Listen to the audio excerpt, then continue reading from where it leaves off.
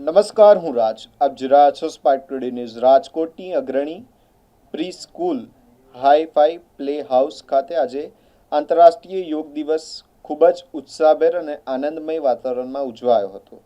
શાળાના નાનકડા ભૂલકાઓએ ઉત્સાહપૂર્વક વિવિધ યોગાસનો કરી યોગના મહત્વનો સુંદર સંદેશ આપ્યો હતો. કાર્યક્રમ દરમિયાન શિક્ષકોના માર્ગદર્શન હેઠળ બાળકો પદ્માસન, વજ્રાસન, તાડાસન જેવા સરળ આસનો તથા પ્રાણાયામનો અભ્યાસ કર્યો હતો. બાળકોની એકાગ્રતા અને લવચિકતા જોઈ ઉપસ્થિત સૌ મંત્રમુગ્ધ થઈ ગયા હતા. શાળા સંચાલકોએ જણાવ્યું હતું કે આજના ગેજેટ્સ અને ફાસ્ટ લાઈફના સમયમાં બાળકો નાની ઉંમરથી જ યોગને જીવનનો ભાગ બનાવે તે અત્યંત જરૂરી છે.